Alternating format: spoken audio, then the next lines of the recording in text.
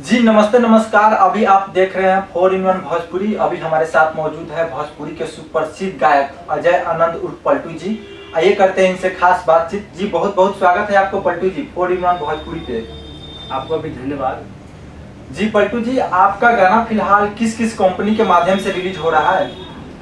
सबसे पहले मैं अपने देवता स्वरूप जितने भी हमारे भोजपुरिया समाज, हमारे छोटे भाई, बड़े भाई, मेरे गार्जियन तुल्य चाचा, पितिया जितने भी हैं, सभी को मेरे तरफ से प्यार भरा प्रणाम, छोटे को आशीर्वाद।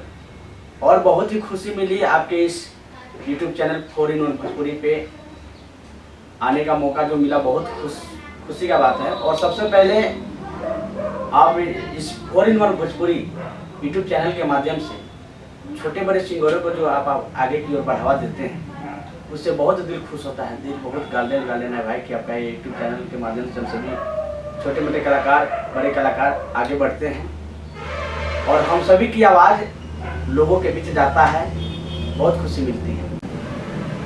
सबसे पहले बता दूं आप सभी को कि मेरा खुद का जो कंपनी, मेरा KCP music recording studio Dhaka, YouTube channel KCP music Dhaka, जिसके बैनर तले मेरा बहुत सारा एल्बम आता है और आता भी है।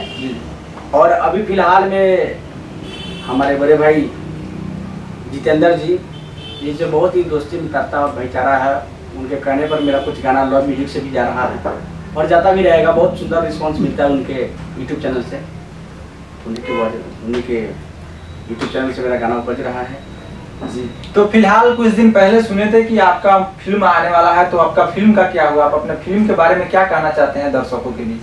भैया ये सब लॉकडाउन के खेला है। फिल्म का जो शूटिंग था ना, शूटिंग का जो समय निकल गया था, लेकिन बीच में लॉकडाउन आने की वजह से, कोरोना महामारी के चलते फिल्म का शूटिंग रुक गया। और लॉकडाउन खुला और फिल्म का काम आगे बढ़ेगा। इस फिल्म में मेरा बहुत ही सुंदर किरदार था, बहुत ही सुंदर एक्टिंग करने का भी मौका मिला था, लेकिन अब देखिए फिर आगे क्या होता है, किस तरह से होगा। जी तो फिलहाल अभी जो मुद्दा चल रहा है बिहार में सुशांत सिंह राजपूत को लेकर, तो इनके बारे में आप क्या कहना चाहते हैं? क्या इनको न्याय मिलना चाहिए या नहीं?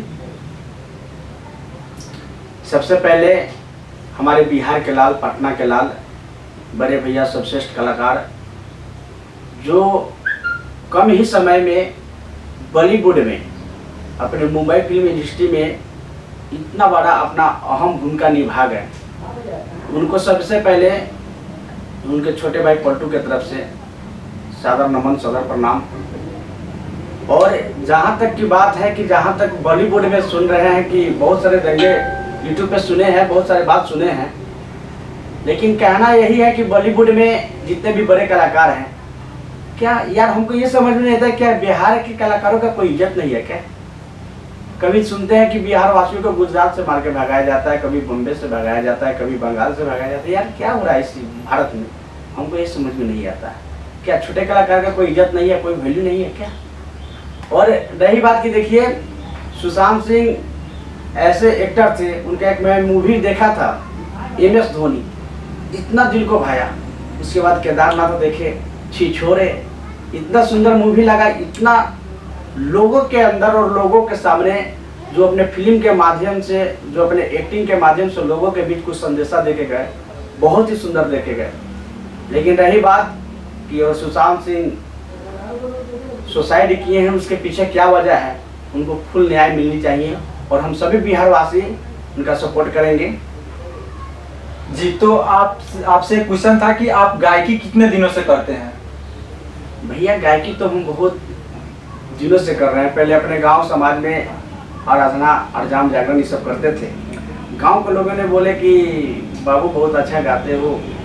हमारे बड़े भैया अशोकानंद जी, उनका, वो हमारे लिए देवता हैं, मेरे लिए भगवान हैं, उनका हाथ मेरे माथ पे पड़ा और आप सभी के बीच गाना गाने के लिए मेरे दिल में भी थोड़ा वो हुआ, कहे कि चलो भाई गाते हैं। लेकिन मेरे सबसे पहले मेरे अशोकानंद जी, मेरे बड़े भैया, वो बोले कि बाबू 2-4 गाना गाओ। सबसे पहले वो मुझे पटना ले गए, उन्हीं के माध्यम से पटना गए, पटना में 2-4 एल्बम गाए। उसे गाने के बाद में हम सभी उस समय तो बहुत ही गरीब परिवार से थे, वहाँ पे आने जाने में और पैसा बहुत ढेर सारा लगता था। हमारे बड़े भैया कहे कि मेरा छोटा भाई सिंगर है ये है, तो अपने खुद का स्टूडियो खोले अपना ढाका में। अपना मोतिहारी का सबसे पहला स्टूडियो सर्वप्रथम KCP music Dhaka recording studio खुला, और उस स्टूडियो के माध्यम से इतना सुंदर सुंदर गाना मैंने गाया, लोगों के दिल में बसा, लोगों के दिल में अपना जगह बनाया। बहुत खुशी मिली, और लोगों का, मेरे गांव के और मेरे मोतिहारी, मेरे पूर्वी चंपारण के जितने भी हमारे श्रोता समाज, सभी का आशीर्वाद मुझे ढेर सारा मिला, और आप सभी के बीच सिंगर के रूप में आ गए। जी, तो 2 लाइन आप अपना आवाज में एक ऐसा गाना सुनाइए जो पब्लिक ने बहुत ज्यादा प्यार दिया हो आपके गाने को। जी क्यों नहीं, अभी बहुत ही सुंदर गाना गाया था, वो गाना का बहुत ही सुंदर रिस्पांस भी मिला, और लोगों के दिल में वो गाना भी भाया। 2 लाइन सुना देते हैं आप सभी को। कि दिल दूरी उड़ी गइलू ये चिरई, बस गइलू कहवन रे खोतावा। दिल दूरी उड़ी गइलू ये चिरई, बस गइलू कहवन रे गहचिया। ये जो गाना गाए हुए थे, बहुत ही सुंदर इस गाने का रिस्पांस मिला था, और बहुत ही लोग दुलार प्यार दिए। और उसके बाद ढेर सारा गाना आया, एक कॉमेडी गाना भी आया था, भातार का रोटी ठाठा ना होला, उस गाना का भी बहुत बढ़िया रिस्पांस मिला।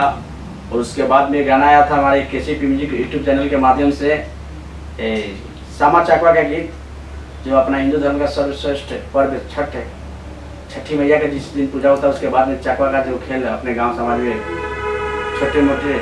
छोटे बड़े बहन जो खेलती है चकवा, उसके माध्यम से गाना गाया था। उस गाना का बहुत ही बढ़िया व्यू था, और बहुत ही सुंदर रिस्पांस, बहुत ही ढेर सारा आशीर्वाद मिला था इस गाने को लेकर। और अभी फिलहाल में अभी लव म्यूजिक से गाना के गाया हूँ, उस गाने का भी बहुत बढ़िया रिस्पांस मिला। और थोड़ा भोजपुरी का गाना तो क्या आपको हम सुनाए। जी, तो आप गायकी के अलावा और कुछ करते हैं क्या? नहीं, गायकी के वजह, गायकी को छोड़कर और कोई मेरा तो काम नहीं है, लेकिन फिर भी अपने घर वाले के काम में हाथ बटाता हूँ, और थोड़ा खेती गृहस्थी भी कर लेता हूँ। और साथ ही साथ जहाँ तक कि माता रानी की कृपा से प्रोग्राम भी कर लेते हैं, जागरण हो गया, स्टेज शो हो गया। और मेरा तो बचपन से बहुत ही बड़ा सिद्धांत था, बहुत ही उस मातेश्वरी का देन है कि बचपन से ही आराधना कराते चले आए। हनुमान आराधना जो अपने बिहार में, जिसमें अभी कलयुग के देव हनुमान जी महाराज का पूजा जो होता है, सुंदरकांड पाठ के माध्यम से जो आराधना हम लोग करते हैं, वो अभी तक उसका कार्यक्रम जो सिलसिला है जो जारी है। तो आपका स्टेज शो का चार्ज कितना है? एक स्टेज शो का आप कितना पैसा लेते हैं? देखिए, स्टेज शो का जो भी पैसा है, हम लोगों को सिर्फ पैसा नहीं मांगते हैं। जी, जहाँ तक कि है, लोग आते हैं कहते हैं कि हाँ बाबू मेरे घर पे प्रोग्राम करना है, तो जो बजट होती है ना, लोग अपने खुद से जो बुझाता है वो दे देते हैं। मेरा कोई वो नहीं है कि हाँ मैं 50,000 लूँगा या 1 लाख लूँगा, ये कोई मेरा बजट, ये कोई मेरा प्रोग्राम का अच्छी नहीं है। जहाँ तक कि लोग कहीं 25,000 भी दे देते हैं, कोई 35,000 भी देते हैं, लेकिन जो पैसा की वजह से, सबसे बड़ा पैसा नहीं होता, सबसे बड़ा इज्जत और वैल्यू होता है। जो लोग हमको इज्जत देते हैं, जो वैल्यू करते हैं, लोग मुझे जितना प्यार देते हैं, उसी से मेरा दिल भर जाता है। पैसा की क्या बात है। जी, तो जाते जाते आप अपने सभी दर्शकों के बीच क्या संदेश देना चाहते हैं?